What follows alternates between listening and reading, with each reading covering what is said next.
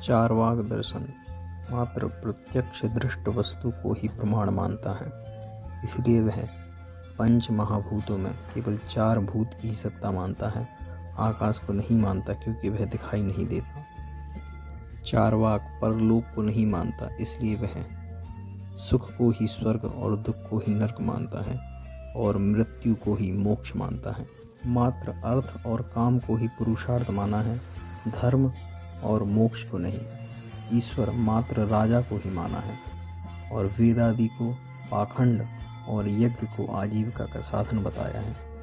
मानव जीवन का चरम लक्ष्य मात्र पंच इंद्रियों जन्य सुख उपभोग ही है। अगर कोई कहे कि सुख त्याज्य है क्योंकि वह दुख मिश्रित है, तो ऐसा नहीं।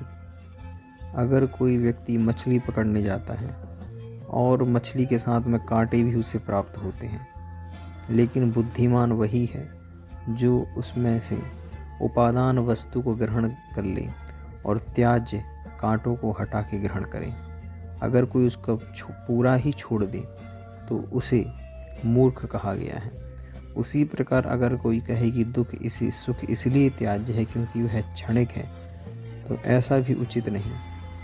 अगर हम देखें कि जब कृत्रिम पुष्पों की अवधि अधिक होती है, फिर भी व्यक्ति की उन प्राकृतिक पुष्पों की और ही चाह होती है, चाहे वह क्षणिक ही क्यों ना हो। इसी प्रकार से सुख क्षणिक हो अथवा सुख दुख मिश्रित हो, फिर भी वह त्याज्य नहीं कहा गया। एपिकुरस ग्रीस देशवासी एक दार्शनिक हुए। उन्होंने जब चार्वाक संप्रदाय के सुखवाद को विस्तृत रूप से कहा, तब उन्होंने सुख को 4 रूपों में बांटा। सुख और दुख को 4 रूपों में बांटा।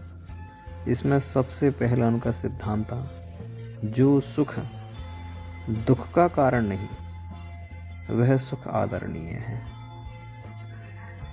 दूसरा, जो दुख सुख का कारण नहीं होता, वह दुख वर्जनीय है। तीसरा, जो सुख बृहत्तर सुख का अंतराय है अथवा बाधक है, ऐसा सुख भी वर्जनीय है।